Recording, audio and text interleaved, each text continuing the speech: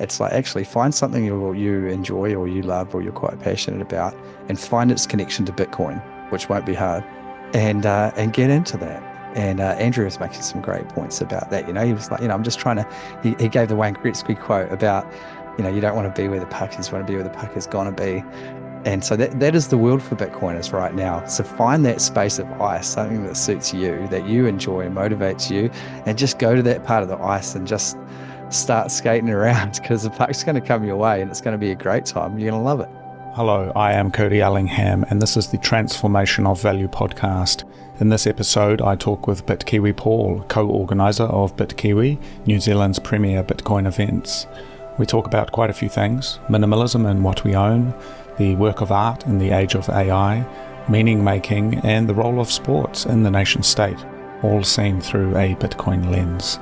Now, I am glad to share that I will be back in New Zealand for a little bit and will be at the Bitkiwi 10 event on Saturday, July 20th in Christchurch. As part of the event, I will be hosting a panel talk about the future of Bitcoin in New Zealand with some great guests. If you will be around, come join us. The event is free and open to all, and you can even buy your drinks with Bitcoin. If you would like to support my work and growing this show, please consider tipping some Bitcoin to the show's wallet. Otherwise, pass this episode on to a friend who you think may enjoy it. If you have any questions or feedback, please reach out. My emails are always open, hello@thetransformationofvalue.com. Otherwise, on to the show. Once I start going into the call, I often find, because my computer's so old, it starts chugging and I sometimes have to unplug my monitor halfway through, like the call. Really? Yeah, Yeah. because it's such an old computer. It's because it's a 4K screen. It struggles to drive True. it. What? How old is your computer? Oh man, it's like 2017. Really? Yeah, man. Man, you're doing well. Because mine's 4 years old now. Yeah, Starting to wonder, but it's still going well. It's yeah, operating just like the day I got it, actually. I've looked after it pretty well. yeah. No, it's sort of like shoes, new computers, new cars. These are all luxuries, unnecessary. Uh, Yeah. I mean, Yeah. chairs, It's arguably. amazing how much, yeah, it's definitely changed me on that front so much. Like I do the most craziest things now. People think I'm an idiot. Like my iron. Because obviously for work, I iron all the time, ironing shirts. And 20 years ago, my brother gave me an iron and he said, "Oh, I got a new iron." He said, "I don't know if you got an iron. Do you want this one?" He said, "Oh, you might want to just bin it though, because it got some rust in it." And he said, "I got a new one because I was ironing and it put spots on a shirt." And I was like, "Oh, really? This is 20 years ago." And then I started using it and that didn't happen to me. So I just kept using it forever. And it just went and went. And it was like a year and a half ago. So I had it nearly like 18 and a half years. It started just not performing that well. Like the thermostat wouldn't always come back on. But I struggled through it. I was like, you know what? I'm going to wait till Christmas. And then my family does like a Secret Santa drawer. My sister sets up with a little online ballot. And I was like, I put in the notes, I really want an iron, and this is what sort of iron I want. And I held out and used that shitty iron for 8 months, waiting for Christmas. And then my sister-in-law got me an iron, and they were just laughing at me because I was like, this is the greatest present of all time. Yeah. I must make a distinction though. I think, in this new sovereign individual age that we're living in, it is important to invest in capital goods. And so even though my computer is old, it's functional, it is something that I need to replace. However, it is a capital good. It's how I run my Mm. operation. So it is an investment that is booked in, I guess you could say. However, when it comes to sort of personal consumption, the shoes, the clothes, as long as you're clothed and shoed in some capacity, it's kind of good enough. And I think, yeah, you sort of reassess your relationship with these kind of consumer goods, right? Yeah, I definitely am way more minimalist now. At the same time, I don't spend less on the goods. Like I'm now also more focused on quality goods. Yes. Um, so like my work wardrobe, for example, like I buy good clothes, but not many of them. Like I can barely make a week without having to wash and dry. Well, minimalism is like a whole thing, and I certainly was into that kind of a couple of years before I got into Bitcoin, having good stuff, um, paying for it up front, and you get to use it. And there's this whole thing around buy it for life. It's a sort of an online movement around, what's the best bag, what's the best jacket, what's the best camping tent, these kinds of things. Instead of going through a couple of cheap iterations, you just get the good one straight away. and Mm, it lasts the distance. So that's kind of like, I think, aligned in a way with the whole time preference that Bitcoiners kind of mm, understand. And then more broadly, looking at things like permaculture, which I'm really interested in as a concept around, sustainable farming, growing your own food, kind of localism, these kinds of ideas, which can mean different things to different people. But it can be as simple as like just today, I mended my bag, had just a tiny hole in it. And I thought, oh, don't want that to get any bigger, so I just mended it up. And some people would just throw the bag out. But I thought, no mm. way, I've had that for years. It's gone the distance. Let's just make it go a bit further. And so there's sort of that culture of reusing things, repurposing if you need to, kind of repairing. And there's a whole movement against repairing stuff as well. So it's kind of, I don't know, it's Well, I interesting. can't imagine what would drive a movement against So it. from the corporate side, they call it planned obsolescence. Oh, So yeah, so people want to be able to repair their stuff, obviously, but in terms of like pushing back, a lot of these companies are like, oh, we're not going to, for privacy reasons, for security reasons, especially with like digital devices. I was just going to say, as soon as you said an obsolescence movement, what comes to mind? The iPhone. Yeah. So I think there is some pushback against that from the regulators. I think maybe it's Europe, the EU is starting to say, oh, it has to be battery, it has to be replaceable, etc. And then Apple sort of comes back with its lawyers and its sort of shenanigans to sort of push back. So, I mean, we've gone down this route of cheap, abundant goods, Hmm. mass-produced commodities, generally produced in China.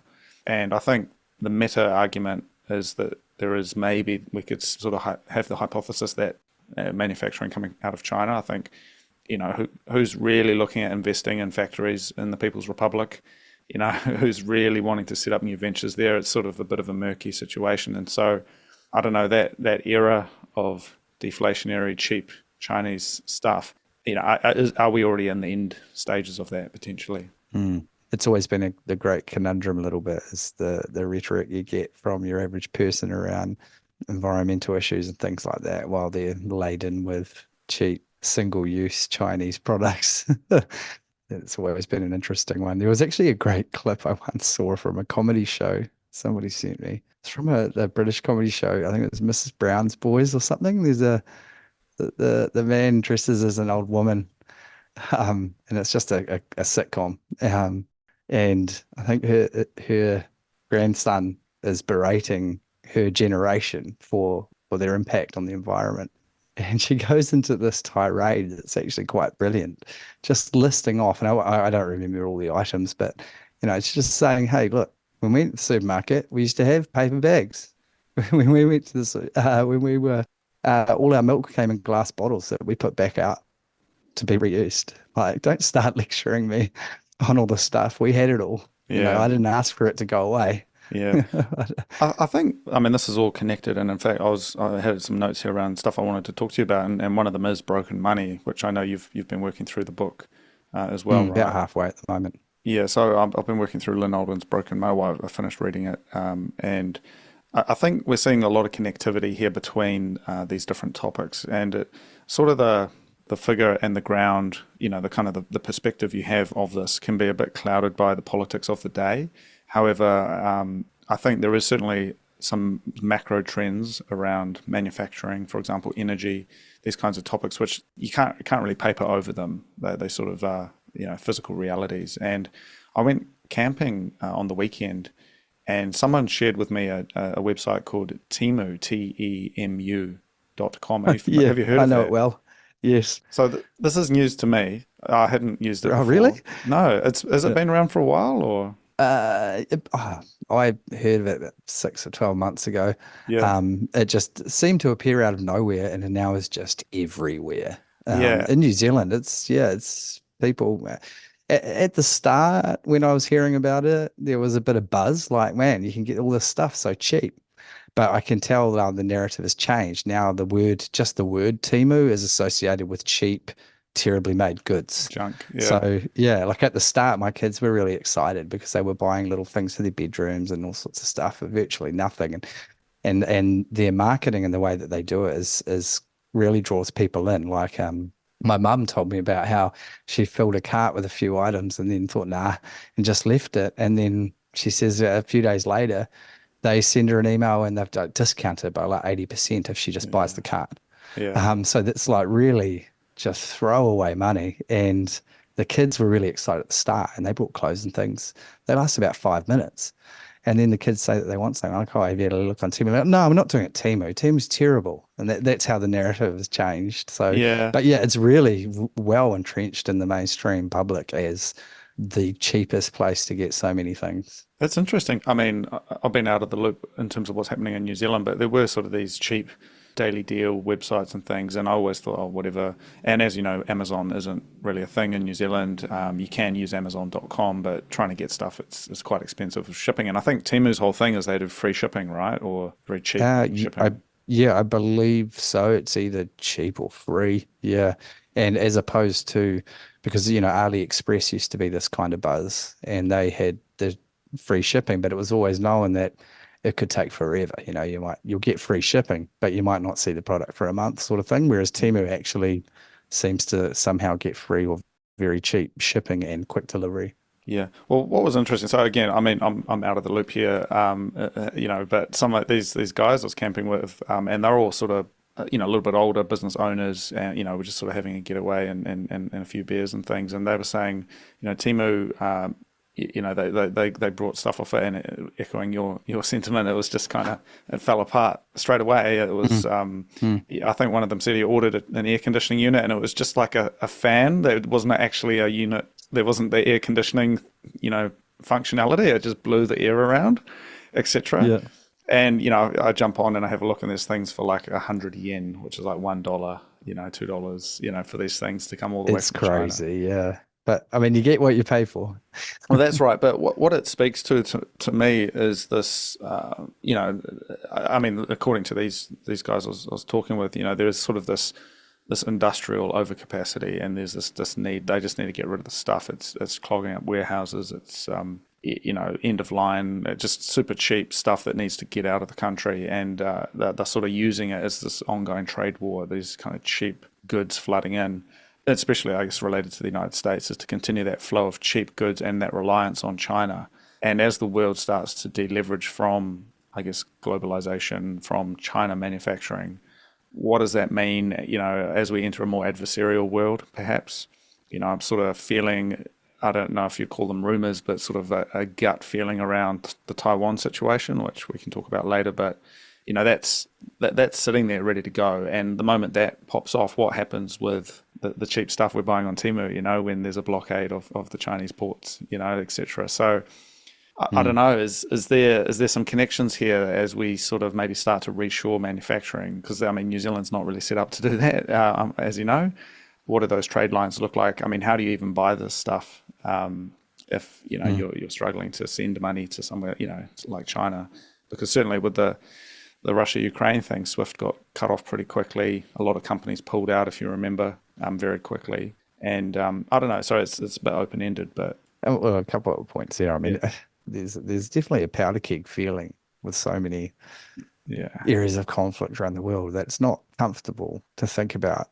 And maybe it's a bit head in sand, but I often have the feeling that, man, I can't influence that situation. So I'm just going to focus on my local situation, and what will be, will be. So that's sort of my head in the sand comfort way of sort of steering clear of a lot of that. It doesn't mean that's a good way to do things, but it does, if you go down into that mire, it can be pretty depressing, like the state of the world in a lot of these situations. And then speaking to your point about manufacturing, I mean, the world's outsourced its manufacturing to China. And so that breaking up, I'm not sure what that looks like. That's pretty tough. On the Temu point specifically, there's nothing on Temu that anybody needs. So the world's not going to collapse without Temu.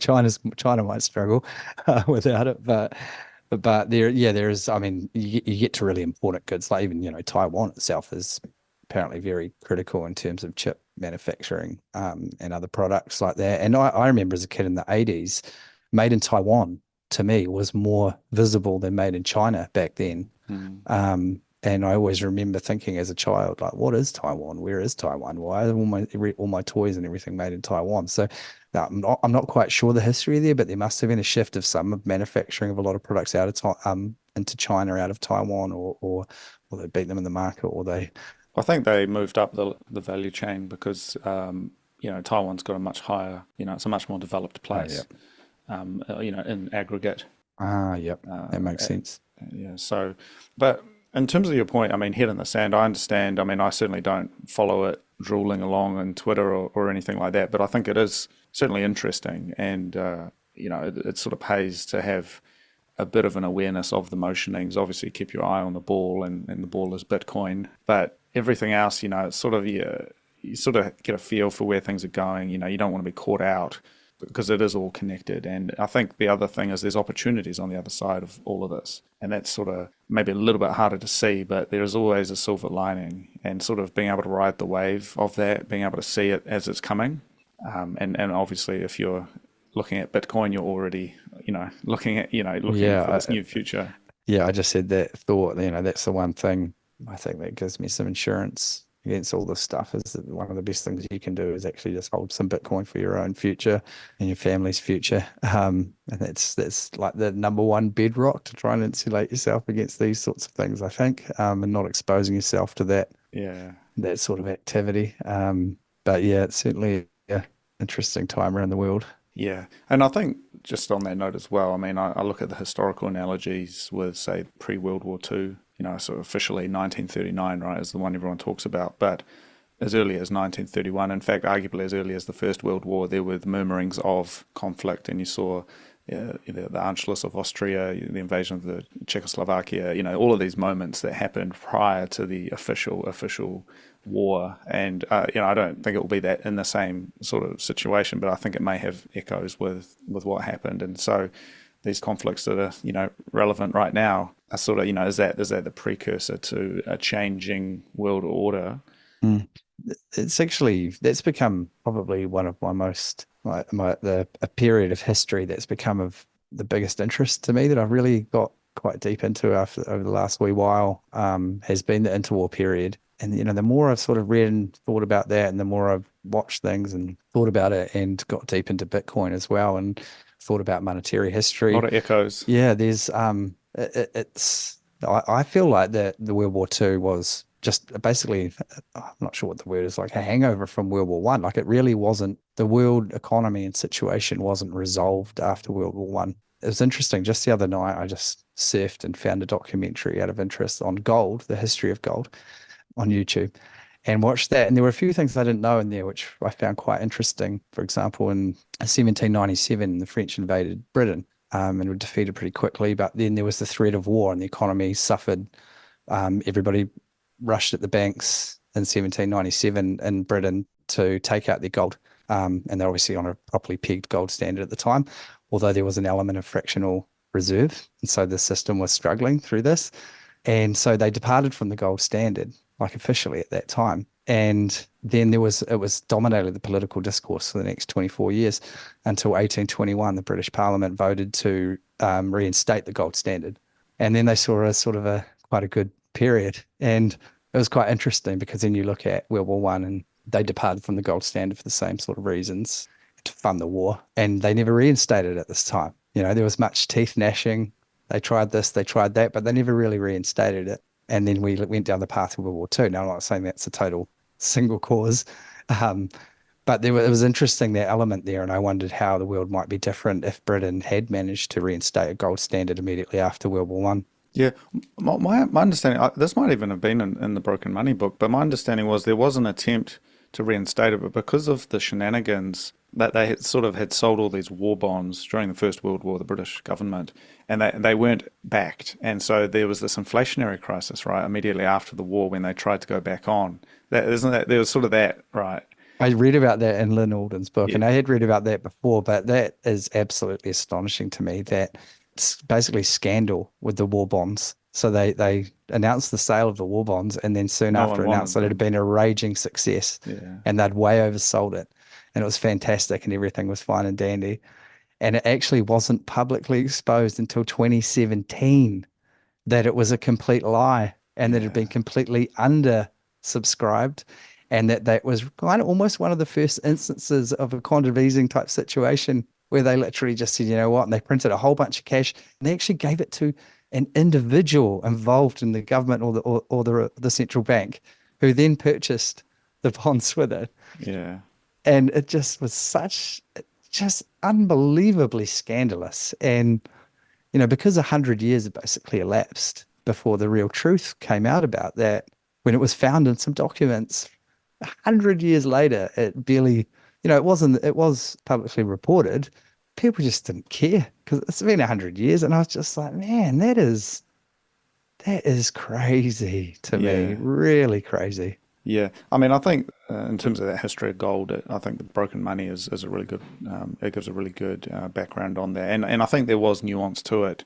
I mean, as we said, there was that period immediately after the First World War where they tried to sort of go back onto the peg, and then I think I can't quite recall what happened after that, but there was an inflationary crisis because it just didn't match up with reality, the price they were trying to peg it at because of all the printing that had taken place, etc. So very interesting. But I think the other, I guess, non-historian kind of just reading the tea leaves of that interwar period was the energy crisis that took place, especially from Japanese perspective, sort of the invasions of China, Indonesia, these imperial land grabs are driven quite a lot by energy, and also for the German side, the access to the ports, the sort of the oil fields. There was a whole lot that went into that, and it's sort of, I mean, intermashed with sort of empire and a whole lot of other stuff. But just as a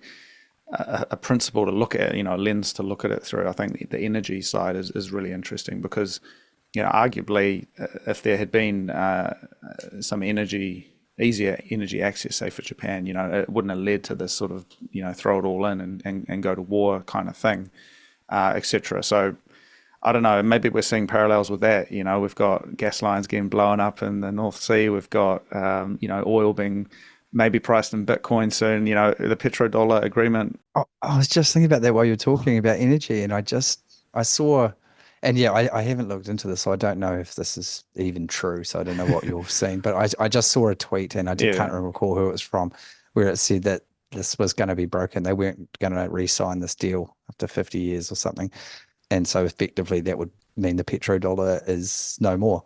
Now it said on the tweet unconfirmed. I didn't know Yeah. the account, and I was like, oh, this might be complete fabrication. I've no idea. So this might not be true at all. I Man. really don't know. Yeah. But it did really get me thinking, what does that mean? And after the things I've been reading and learning, and also it was really, actually, I've got to give some credit to that random gold documentary I just spun up on YouTube because we had some pretty good stuff in it. And they went through, and I've read extensively about it, but they had some interesting takes on the Bretton Woods system and then moving into the petrodollar. And yeah, so that tweet today really got me thinking, like, what does that mean? I mean, because we often talk about the gold standard, and then officially it was finally completely severed in 1971, and now it's gone, and now we just got money. But the petrodollar is what it really has been. And so if you think about it, money has always been backed by something. And so the gold standard faded away to be replaced by a new resource, which we found valuable, oil, which effectively backed the dollar. And so you could say that the oil and military might has effectively been backing the dollar. Now, if that was to be broken, is that the dollar truly being set free to nothing and just paper potentially? And what does that mean? And that could be potentially quite a scary thought, because I'm no fan of the system any longer. And I think we've found the next generation system in Bitcoin. But the thought of it truly, it hadn't really occurred to me until today, that, yeah, we broke the gold standard and money is paper and it's just backed by the government, trust in the government, or military might of the government. But actually, if that was to be severed between US and Saudi Arabia, what does that mean? Because that is really is the rock bottom of that to me, where now it really is just nothing. And what does that leave? That only really leaves military, which is kind of scary, especially when the US influence is waning, and with all the different things going on. What does that mean? Because criticize them enough, but there has been well, actually, I don't even know if I can say that. Maybe just criticize them. But, Well, but yeah, what is it? I'm not really going anywhere with this, but it does seem like if that was to happen, that is a real landmark event, potentially the biggest in the monetary world since 1971. So can I just get your picture here? So I think it's worth just reiterating, like, you and I, we've read some books here and there, but I mean, we're not historians Mm, or anything. But what we're doing is we're broaching topics and we're sort of surfacing talking points that I think within, say, Bitcoin world, maybe the macroeconomic world, for example, these are topics that are known, I've talked about. But I went out to dinner last night with some friends. These are kind of totally normie. I didn't really talk about Bitcoin. It was just talking about other interests that we had, and it was so fascinating. I actually just was so curious as to just how little they understood, mm. from my perspective around these kinds of topics. And it was just like, okay, that's most people. And it was interesting because they referred to normies as well as a thing, and I was like, well, wait a minute, who's the normie here? Am I the normie? And they're talking about how AI data centers are going to boil the oceans, and how the orange man's going to get in. It's going to be so bad. Basically, yeah, I mean tropes, and some of it has validity to it, but also some of it is just like, man, I actually asked, where did you get your news from? Where do you guys find out about stuff? And they said, oh, from Twitter mostly. Which was interesting because I'm sure all of us now are doing that as well, and we've got our own sort of sources of truth. But really, it was in terms of the Bitcoin thing. I was like, oh, so what do you think about like crypto and Bitcoin? You ever had a play with that? Just very high level. And they're like, oh, it's all dead, isn't it? I think and these guys, the country they were from, they sort of said, yeah, it's totally died down. It's not a thing anymore, because I didn't really talk about that I was involved in it at all. Not that I was being facetious or anything. I just didn't want to, spend the whole night talking about Bitcoin. But it was really That's what fascinating. happens, eh? Yeah, In this life, it's hard. it was really fascinating. And then we all paid for dinner, and it was like so ridiculously cheap because the yen is dead right now. For 4 people having sushi, it was like 100 New Zealand dollars, and like we had plates and plates of sushi. And they were like, yeah, if this was London or Australia or anywhere else, it would be 5 times that.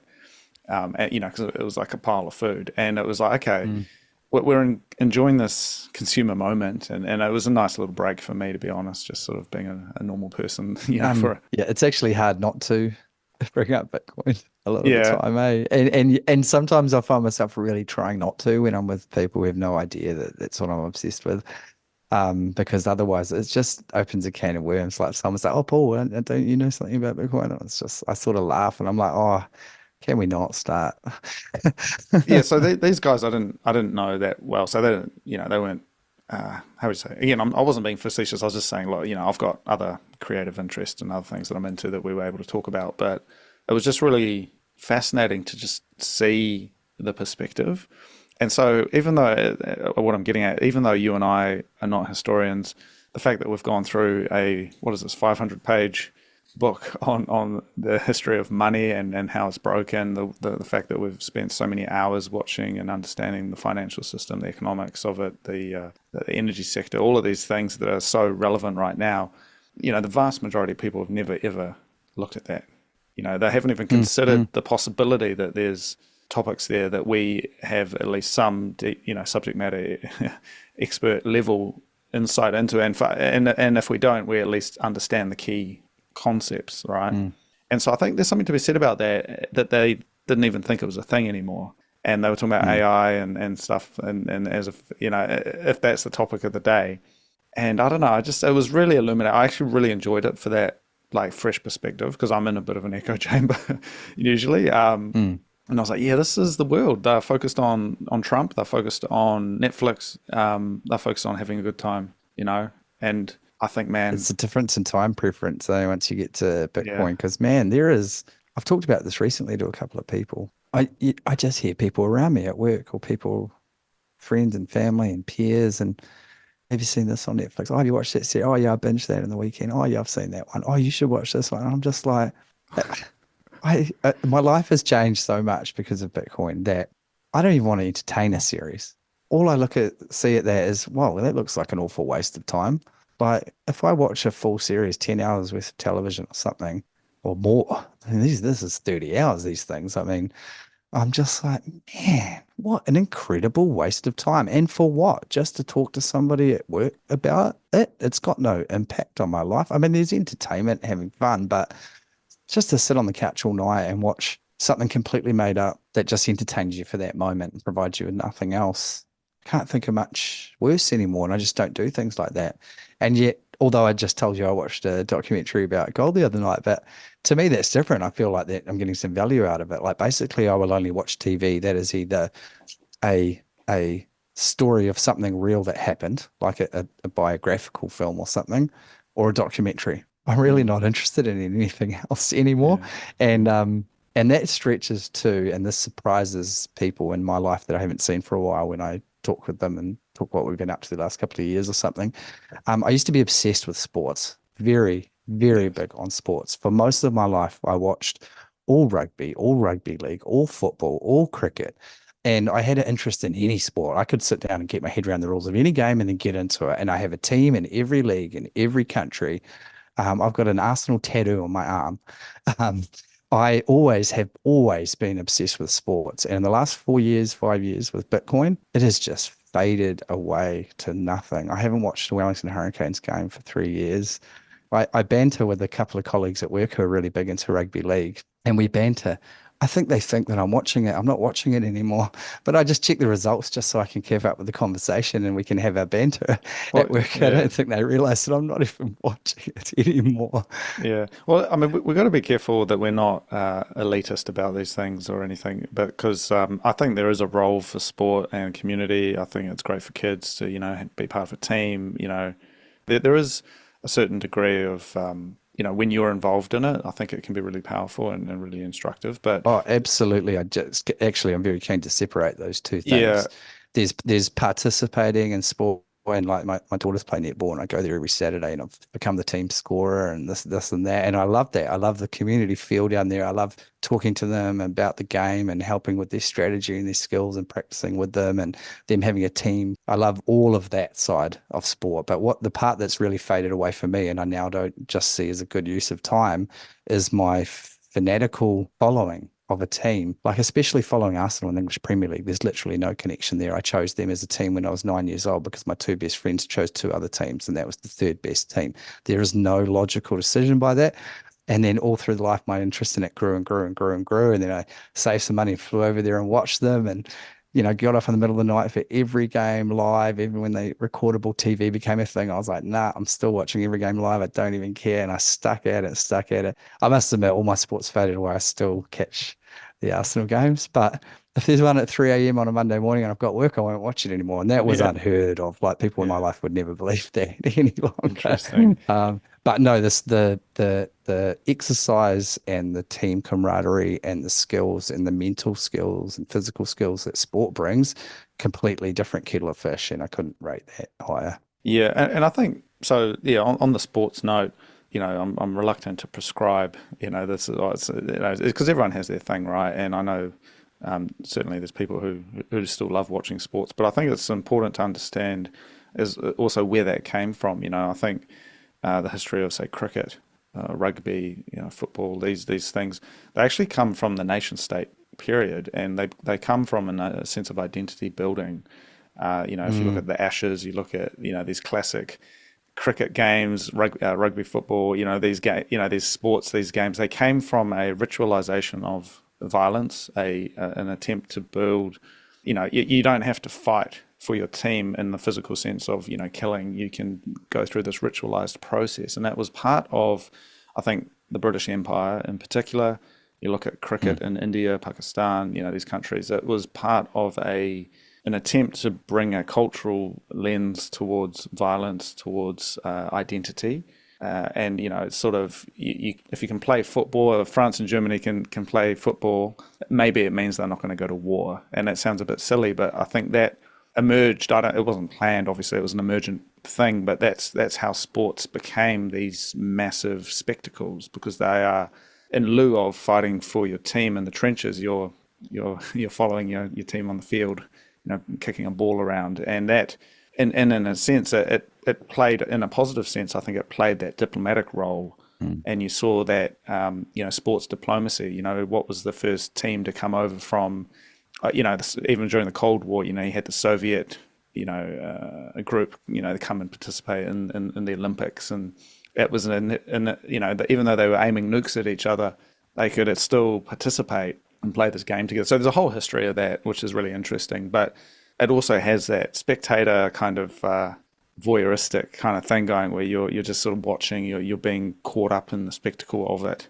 and you kind of lose yourself in the crowd, especially if like you're physically there. It's like, man, you're just a part of this organism watching this game, and it's very different to being in the game. I think it's sort of a different mode. Actually, I mean, you made a series of really good points there, and I want to make sure I don't So my comments about fading away from watching sport on TV and seeing it as a waste of time. I really should isolate that as its yes, own yeah, thing, because that's a sort of a personal fanaticism. yes, Watching a game on the TV by myself in the middle of the night is very different from great examples of everything you just mentioned. I mean, absolutely with the nation building, and particularly with the British Empire, and the examples are just numerous. I mean, that's what we experience here in New Zealand with rugby.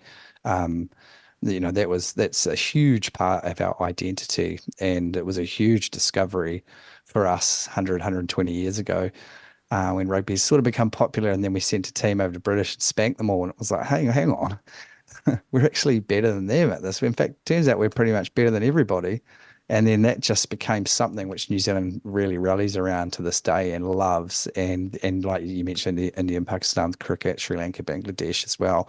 And then, Brazil with football, and the West Indies with cricket, bringing them together over there, Canada with ice hockey. I mean, it's all over the world. There's a sport or sports that really pull a nation together and give them a sense of belonging together. And that's really been really impactful over history. And then you mentioned wartime type stuff as well, when countries are in conflict but can still go and play against each other. And I mean, there's even those famous examples from the First World War of, I think it was somewhere in, they stopped for Christmas Day and then they played football against each other. And those sorts of stories, and there's tons of that. So yeah, it's probably important I compartmentalize my personal experience I was talking about there from the actual impact and positive impact of sport around the world, even to the point that I took all my daughters to the Phoenix semi-final a couple of weeks ago, and we had a great time, and it was a great sort of thing for bonding with your family, and it's an experience to go to, and we lost ourselves in the stadium. It was 35,000 people, and that last second goal went in to equalise. My kids went nuts, and that was a great time. And so yeah, there's a lot of aspects to it, and so yeah, definitely shouldn't come across as all sports sucks or anything. It's definitely not what I meant. No. That's fine. But look, it is important though to talk about this, because it is easy to make absolute judgments on things. And I mean, even we'll talk about the Netflix thing, but I think there is nuance to some fiction, some film series even can be really powerful and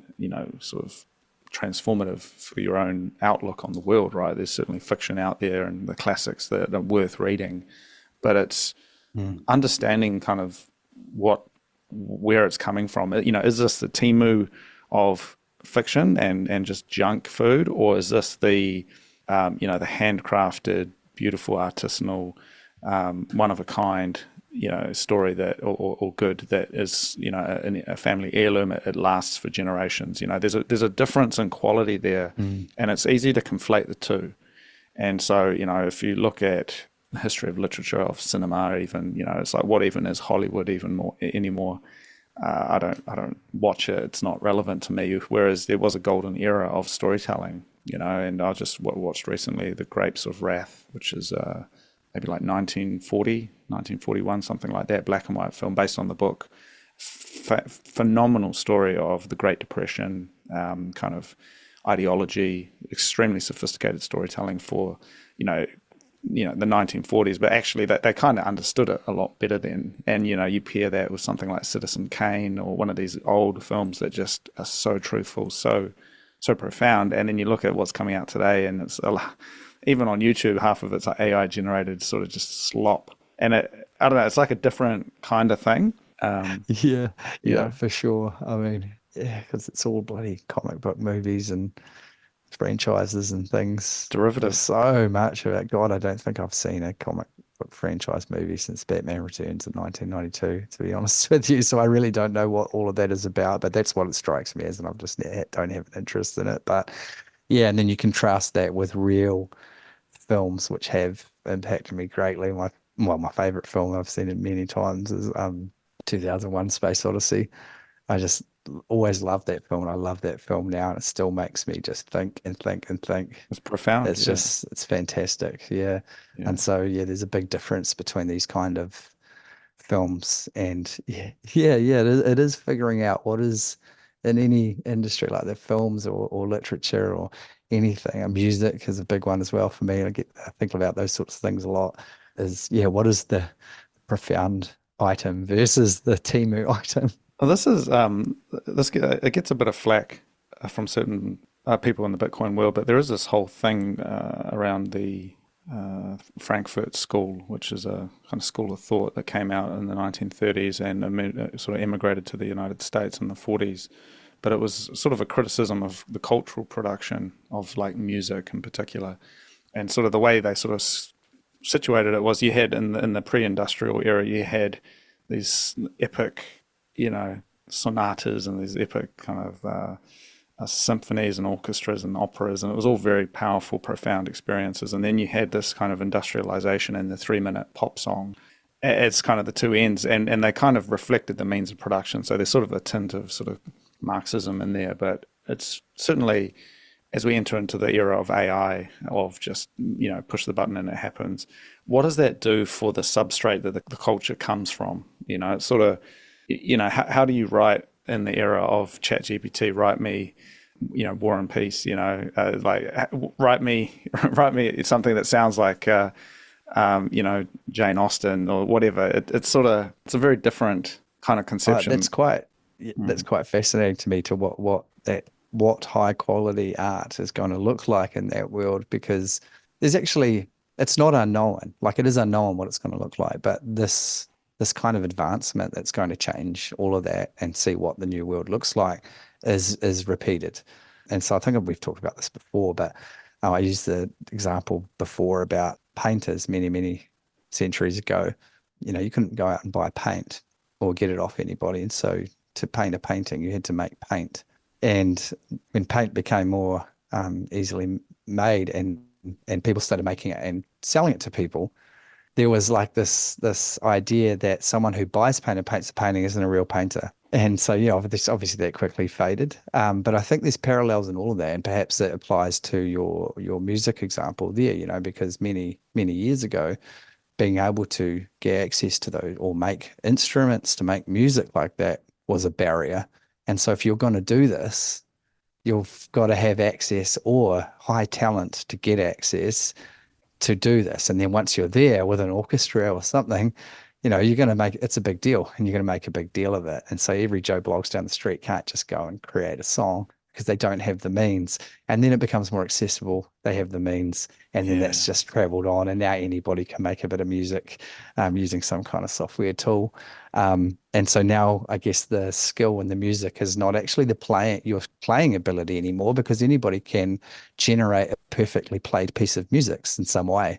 And so back then it would have been, oh, wow, not only did they make that music, but how did they play that? Like, what a skillful performer, and now the skill of the performance is not so much, you've got all these software programs and perfect timing, and you've got auto tune, and you've got all these things. And so now it's reduced it truly to the art of creating the song. And so I think we're going to see the same thing with the likes of ChatGPT. Now, to write eloquently and accurately and with good prose is easy. You can just get ChatGPT to do that for you. You can spell check it. You can do this and you can do that.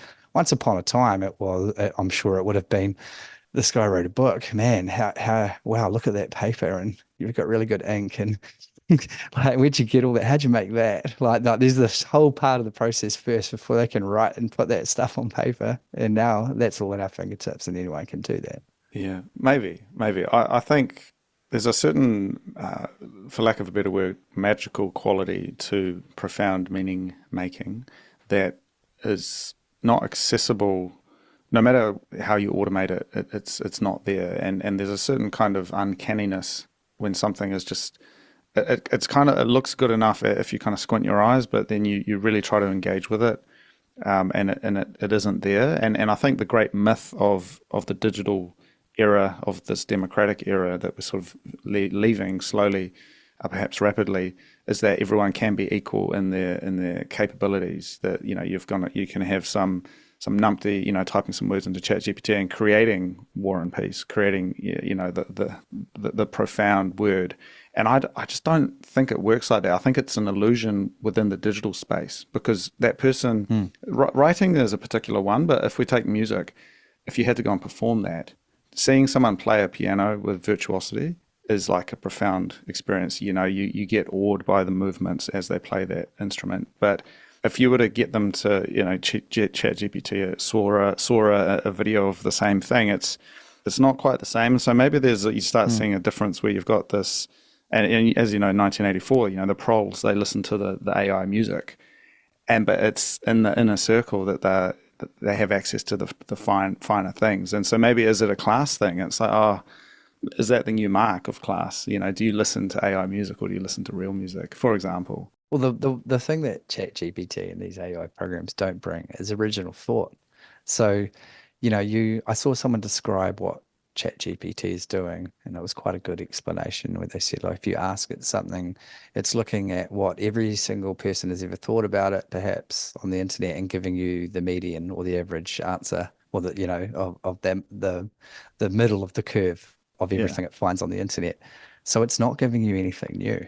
Can't give you anything new. Doesn't have the ability to give you anything new. So if you think of some truly original thought, ChatGPT is not going to match that. I've actually had this conundrum when we've started our newsletter, the Bitkiwi Brief. I was toyed around with the idea. We toyed around with the idea of ChatGPT at the beginning, but we're just writing it all originally. Yeah, nice. Yeah. And part of that was those kinds of thoughts to me. I thought, man, it's just going to be, it just comes out vanilla. And yes, you can tell ChatGPT to give it this tone or that tone, or make it a bit more fun or a bit silly or a bit more serious and blah, blah, blah. I don't know. I do feel nothing beats your original thought, to be honest. If I can monologue on that just a little bit, so because I've thought about this extensively, especially from kind of an artistic perspective, right? And I think it's easy to look at it as a sort of it's this progression, and it's getting better and better, etc. But I think the hard limit that you come up to ultimately is that it lives within the computer. It's you have to mediate it through a screen or a device of some sort. And so what it does is it makes something like programming really easy. I can program stuff that I could never have done before. I can do spreadsheet conversions. If you need to manipulate data, it's a real champion with that. If you need to write an email, it's really good at that. But where it starts to fail, and because we've lived in the information age for so long now, you and I pretty much, our whole lives have been in the computer digital age of some sort. We've sort of associated that with real work. And this is something Conrad says, is that AI is going to put us back to work. And so here's a proposition for you and for people listening who are working in building stuff. I think that the next era is that now that AI can take care of my emails and my spreadsheets, what would it look like to create a profound industrial structure, something like a power station, not just with the cheap materials and like a short return on investment kind of thinking, but actually Art Deco, crafted stonework, masonry, and not for a library, not for a cathedral, but for a power station. What would it look like to have a structure like a hydro dam or a nuclear power station that you walk into and you just look up into it and you're like, this is the most incredible structure I've ever witnessed. It's turning nature into energy that we as humans can harness and use to go to the stars.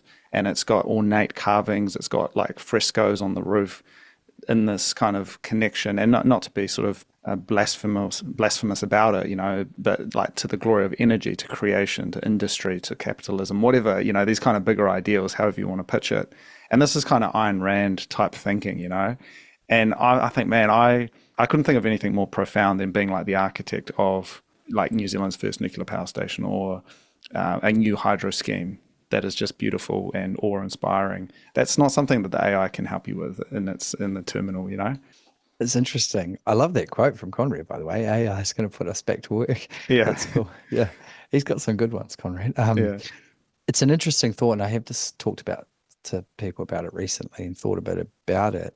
And it really strikes me as quite funny as we've kind of gone full circle on this. I mean, it was only a while ago that it was, oh, robots are gonna take away all the physical work. And it feels like now we've gone full circle and you're seeing lots of commentary of AI is going to take away all the white collar work.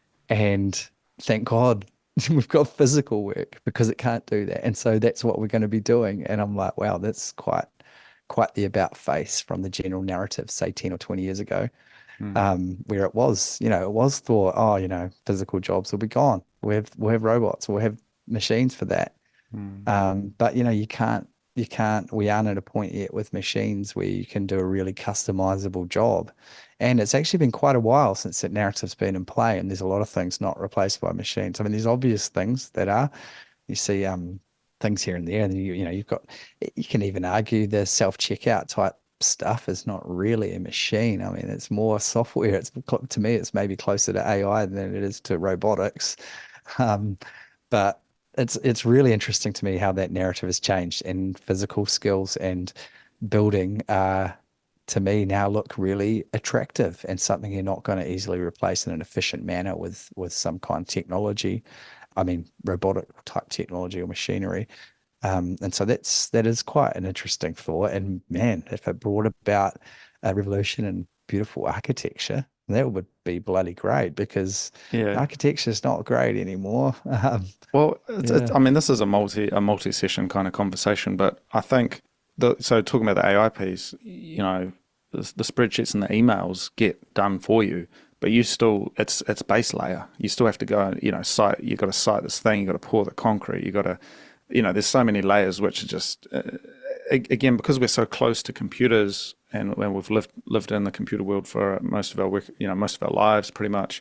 It's sort of like, well, that is reality, and I think that's the great myth, that we kind of maybe have to deprogram ourselves from is that the computer, it's not work. It kind of has value, and it is value. So it is valuable, but just typing away on the computer keys, that's not putting energy into the world. That's not creating physical goods, and it can help with that process. But we've kind of similar to the housing market, it's not a way to store your value, but it's become that. And so everyone's a computer program, everyone's working white collar, everyone's, messing around in spreadsheets. Where's the economy? Where's the energy? Forget about goods and services. Where are the electrons that are coming into the power lines, because we haven't looked at that stuff since 1960, and I mean, I'm being facetious. People are building this stuff, but it's not in the psyche. And you talk about 2001: A Space Odyssey.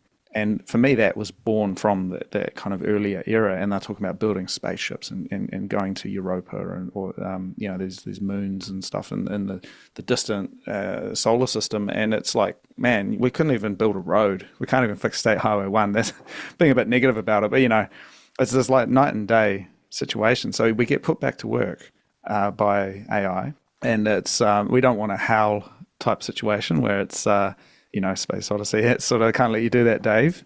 But, we get it to manipulate our spreadsheets and our emails and sort of look after that side of things. And we get to build the rockets to Mars, Yeah, Maybe. that'd be pretty cool. I mean, to be honest with you, I love physical work. I mean, the only reason I'm not in physical work is probably money, but I absolutely love it. I mean, You would have been a there's carpenter in previous life, man. I love that kind of stuff. Yeah. Yeah. I mean, we built that enclosure for the miner and a few other things, and it's like Yeah. there's something certainly quite powerful about that physical work, right? And so, Mm. I mean, look, it's so we're circling around a whole bunch of topics, but I think it's all connected. And I think if you look at it just individually, these we're talking about Timu, we're talking about, proof of work of making stuff, etc. It's all connected, and I think the bigger theme, the lens that we can see all of this through, and the lights just turn on is Bitcoin. And if you don't have that Bitcoin lens, it can be a whole lot of like pieces of things that are like kind of just sticking out of the water, and you can't really see how it's connected. But with Bitcoin, it just sort of like it all floats to the surface, and you see it's all connected. It's low time preference and sound money. And there's a reason why I'm always bloody talking about Bitcoin. It is because it does exactly what you just described. Like there is, and I've said it on your podcast before when I've sort of put out try to motivating call of people to just do something in Bitcoin. It's like actually find something you enjoy or you love or you're quite passionate about, and find its connection to Bitcoin, which won't be hard, and get into that because I listened to the Bitcoin builders chat you guys did on May 26th. I listened to that the other day. And Andrew was making some great points about that. He was like, I'm just trying to, he gave the Wayne Gretzky quote about, you don't want to be where the puck is, you want to be where the puck is going to be. And so that is the world for Bitcoiners right now. So find that space of ice, something that suits you, that you enjoy and motivates you, and just go to that part of the ice and just start skating around because the puck's going to come your way and it's going to be a great time. You're going to love it. Yeah, and I think that's what really. So this is all connected because I caught up with these guys and they're kind of creative, kind of visual effects type guys, and again friends, but just not seeing it through that Bitcoin lens. And they're talking about how AI is just coming in, and the top of the top can sort of use it and run with it, but then there's going to be a whole lot of just process work, junior type work that is just going to go away, and there's a whole lot of sectors that are going to face that, and it's the creative industries, but it's kind of the creative industry machine, because I think there'll always be a desire to be artistic and express humanity, but when you're trying to commercialize it, that's when it starts running out. And so I've actually got this meta theory around creativity that's like, AI doesn't put artists out of work. They should never have been in work to start with. It's a non-economic thing. The Sistine Chapel, the monuments to whatever, they're not something you can value in dollars and cents. You can put that number on it, but it's the greater connection to some kind of universal truth, some humanity. It's a really good point about art and making money essentially. And I guess when you think about it, like the elite or the best of the best artists can make money like this, but most art you do is for yourself, and it's about building your own things. And it goes back to just labor and physical work, like you're talking about before. When I moved into my house and built some shelving in a room and painted it to become my office at the time, it was just so satisfying. I sat there for 2 hours in the office. I just kind of sat there in my chair at my desk, just sat there, did nothing, just sitting in the room. It's just like, yeah, I did this. And that's not for anybody. Nobody's paying me. I took 4 times as long as a tradesman would, no doubt, and all that stuff. And I'm going to landscape my garden this weekend. I can't bloody wait. It's going to be way more exciting than work tomorrow. And yeah, most art and work you do is for yourself, and it brings you more value than it's going to bring to anybody else. And that is the beauty of it. Yeah.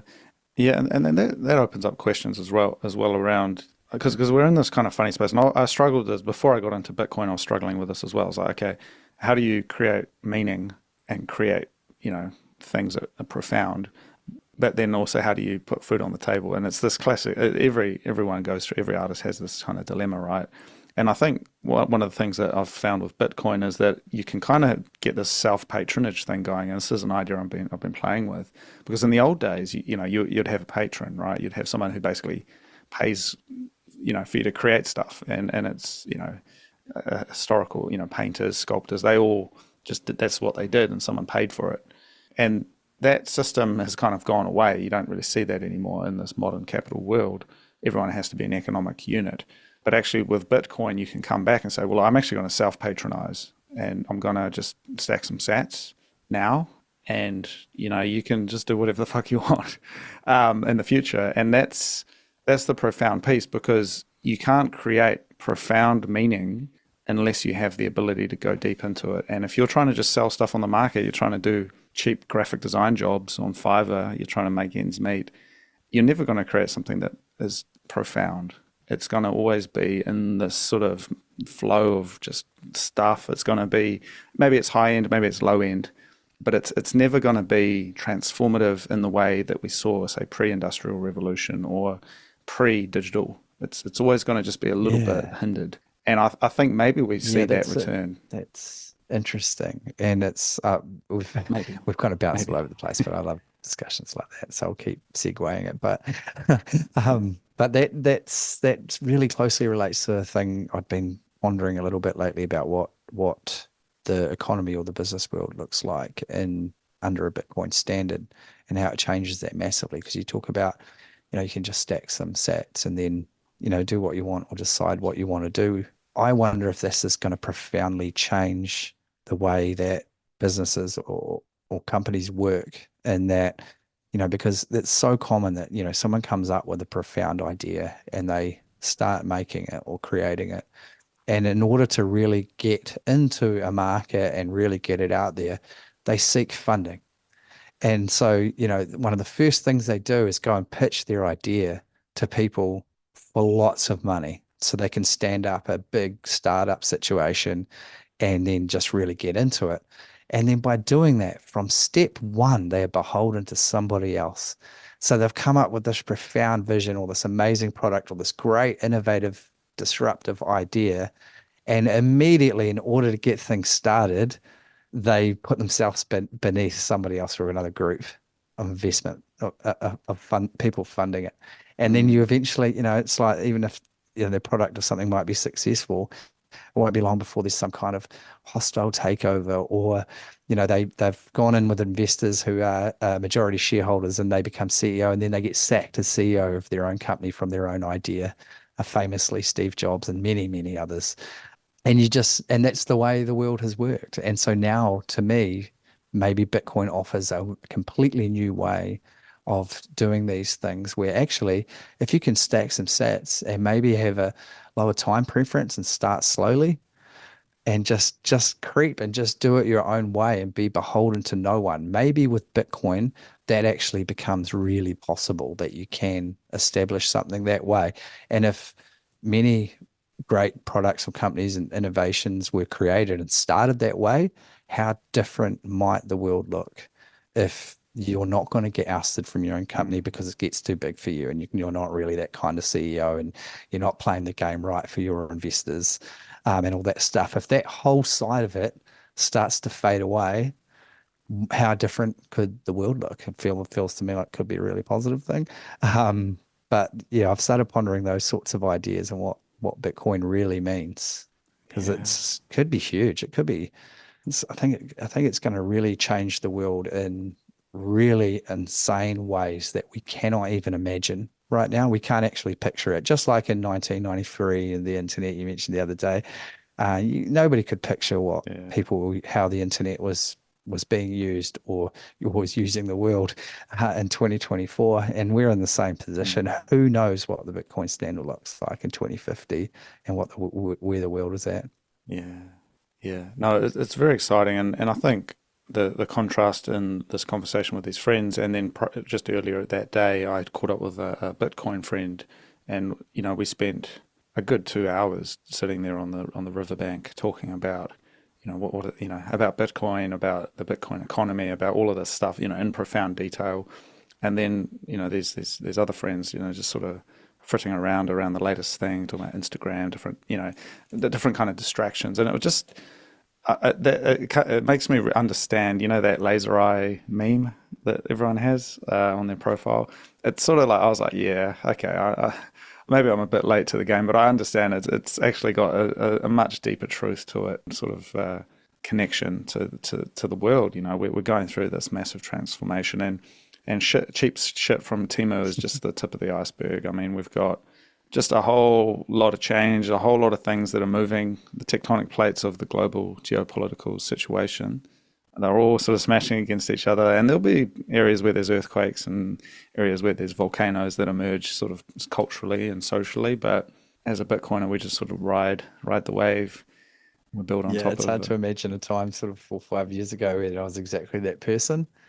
And so it's, when you're talking with people, is that respectful, and we're the same. Let me tell you about Bitcoin. Yeah. So let's be clear though. I think it's important. I mean, it is great to just catch up with people. It doesn't all have to be about Bitcoin, even though everything is connected to Bitcoin. It's kind of a bit of a funny one. And it's great to still just go out and have a good night with some friends and that sort of thing. But certainly it is illuminating, and everything we've talked about today, I don't want to take away from sports or movies or anything that people may like. I mean, certainly I am one to partake in films every now and then and that sort of thing. And in fact, last night I was watching, just curiously, I had heard about the State of Origin. But look, man, just changing tack a little bit, I did also want to just take a moment to talk about Bitkiwi 10. Tell us about that, and maybe we can talk about our special event that we have planned alongside that. Yeah, we managed to wrangle this bizarre podcaster into coming along to our event. So yeah, Bitkiwi 10. Yeah, I'm getting pretty excited. It should be really awesome. So yeah, 20th of July, Christchurch, 1 p.m. And yeah, we'll have yourself along to host a live panel. Yeah, or we can talk about the three guests actually. So we got James Yeah, Vigiano, that's who I've had on the show a couple of times. He's got a background in finance and a deep understanding of Bitcoin, and he kind of operates at a level where he sees what it can mean at a nation state level, what it can mean sort of in a transformative way. So he'll be joining us. We've got Brad Henderson, who's working in energy and grids. He's super interested in mining, energy abundance, based in the South Island, but he's worked all over the world in terms of energy and infrastructure. And then we've got Andrew Wells, who's Christchurch local, one of the key members of the Christchurch Honey Badgers, who sort of are the Bitcoin community down there in Canterbury, and he'll be joining us, sharing just some of his insights. He's very well read. He's been to a lot of conferences, met a lot of Bitcoiners. So I thought we'd have the four of us on a panel talking about Bitcoin in New Zealand, just immediately prior to the Bitkiwi. So we'll be there, pretty much from doors open 1 o'clock, and then we're going to kick off around 1:30. Yep. For the panel. So but the event will start at 1. We'll start the discussion panel at 1:30. We'll sort of see how that goes in terms of time, but we've the event is from 1 to 5 p.m. No doubt there'll be Bitcoiners going out for dinner together afterwards. Tends to happen after Bitkiwi events. But yeah, that's the general plan. I'm quite excited about those guests too. I mean, I haven't spent much time talking to Brad, but I've heard him on your podcast, and that was really quite interesting. I've talked to James Vigiano a lot, and he's been a great supporter of Bitkiwi. He's come along to a lot of events. He's been fantastic and great to talk to about Bitcoin. Like you touched on, his knowledge is excellent and covers a lot of fields. Like you can really talk to him about so many things. He's quite well read and really interesting.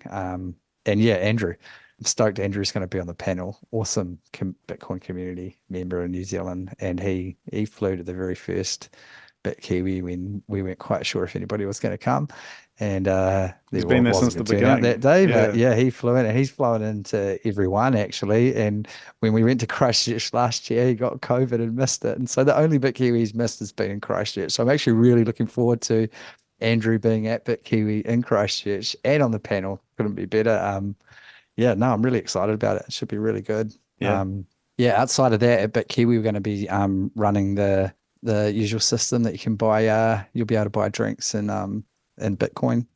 We're also in discussion with the Lightning Pay guys to come and set up a table and be able to talk to them.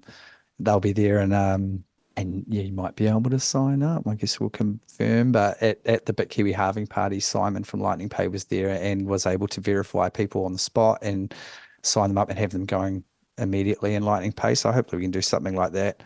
We'll also have Zed, who organises the Wellington Bitcoin meetup. He'll be coming along and organising some merchandise for sale in Bitcoin, like we have at the past couple of events as well. Be a bit of a Bitcoin mecca for Bitcoiners around New Zealand. Place to be, get along. And it's gonna be free as always. Can just mention, always open to anybody, free to anybody. Completely decentralized, open source, free. I love it. And that's the Dux Central, right? That's our venue, the Dux Central. We've booked a private space for the talk and things. So yeah, it'll be Bitcoiners wall to wall, and there's a private bar there for us as well. Awesome. So yeah, really looking forward. It should be bloody good. And I love Christchurch now. Man. I'm a Christchurch maximalist, man. Wellington, we didn't get to that place now. Yeah, we didn't get to touch on it, but I had a topic here I was going to talk about Wellington, but it's probably a bit negative, so we don't need to go there. But we're just we might all need to just hard fork and move down to Christchurch. I do love it down there. Actually, I say I love it down there. I went there once last year for when we had Bitkiwi 4 down there. I hadn't been there since 2005, I think. So I've only been there once in 20 years, basically, but I'm all about it. Yeah. No, that's all good. But hey, I am, I'm excited, and I'm excited to be back in New Zealand and to reconnect with all you New Zealand Bitcoiners. So it's going to be good. But yeah, man, I appreciate your time, and yeah, let's keep in touch. Hey, the big question though, does Cody in New Zealand go back to wearing all black, or is he gonna continue with the colourful regalia that he sports in Japan? I've got my merino black shirt underneath, man. I'm halfway there. I'm going to break out of the shell. But no, I've got the black shirts. They're coming back with me. So no, all good, man. Thank you very much. Sweet. Thanks, Cody. Cheers. Thank you for listening. I do hope you enjoyed the show. I am Cody Allingham, and that was the transformation of value. If you would like to get in touch, please send me an email at hello@thetransformationofvalue.com, and I will get back to you. It's like actually find something you enjoy or you love or you're quite passionate about